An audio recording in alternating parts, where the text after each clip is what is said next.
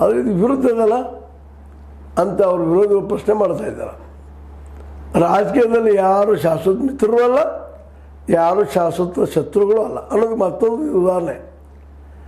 ಹೇಗೋ ಬಂದವ್ರು ಇವ್ರೆ, ಮುಗಿದಪ್ಪ ನಮಗೆ ಸಾಕ, ಇದಷ್ಟು ವರ್ಕ್ ಮಾಡ್ತೀವಿ, ಚಲೋ ಕೆಲಸ ಮಾಡ್ತೀವಿ, ಇತಿಹಾಸದಲ್ಲಿ ಉಳಿಯುವಂಥ ಕೆಲಸ ಮಾಡ್ತೀವಿ, ಇನ್ನೂ ದೊಡ್ಡ ದೊಡ್ಡ ಮಾತು ಮಾತಾಡಿದರು. ಈಗ ನೋಡಿ ಸಡನ್ನಾಗಿ ಚೆಕ್ಮೇಟ್ ಅಂದಾಗ ಕುದುರೆ ತಂದು ನಿಲ್ಲಿಸರು, ನಾನು ನಿಮ್ಮ ಕಾಂಪಿಟೇಷನ್ದಾಗ ಅಂತೆ.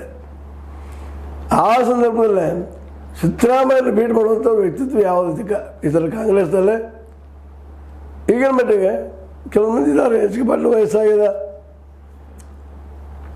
ಒಳ್ಳೆಯ ಅಡ್ಮಿನಿಸ್ಟ್ರೇಟರು, ಉಳಿದವರು ಇದ್ದಾರಿಲ್ಲ ಅಂತಲ್ಲ. ಆದರೆ ಸಿದ್ದರಾಮಯ್ಯ ಮಟ್ಟದ ವ್ಯಕ್ತಿತ್ವ ಇಲ್ಲ.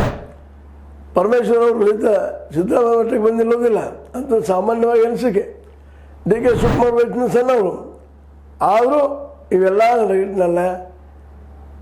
ಈ ಸಿದ್ದರಾಮಯ್ಯನವರು ಮೋಸ್ಟ್ಲಿ ರಿಟೈರ್ ಆಗ್ತಾರೆ ಅಂತ ತಿಳಿದಿದ್ವಿ.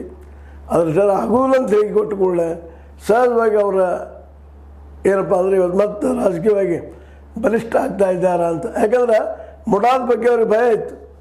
ಯಾವಾಗ ಮುಡಾ ಭಯ ಹೋಗಿದನೋ, ಲೋಕಾಯುಕ್ತಕ್ಕೆ ಹೋಗಿದ್ದು ಸರಿ ಇತ್ತು, ಡಿಸಿಷನ್ ಬಂದದನೋ, ಸುಪ್ರೀಂ ಕೋರ್ಟ್ಗೆ ಏನು ಹೋಗೋ ಅವಶ್ಯಕತೆ ಇಲ್ಲ ಅಂತೇಳಿ ಸ್ವತಃ ಆ ಸ್ನೇಹಮಯಿ ಕೃಷ್ಣ ಹೇಳಿದ್ರಿಂದಾಗೆ ಇನ್ನಷ್ಟು ಬಲ ಬಂದಂಗಾಗಿದೆ ಸಿದ್ದರಾಮಯ್ಯನವರು.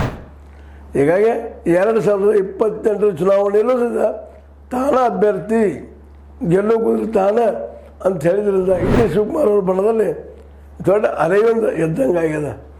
ಅದೇ ಕಾಲಕ್ಕೆ ಸತೀಶ್ ಜಾರಕಿಹೊಳಿಗೂ ಸಹಿತ ಸಮಾಧಾನ ಆಗಿದೆ. ಇಲ್ಲಪ್ಪ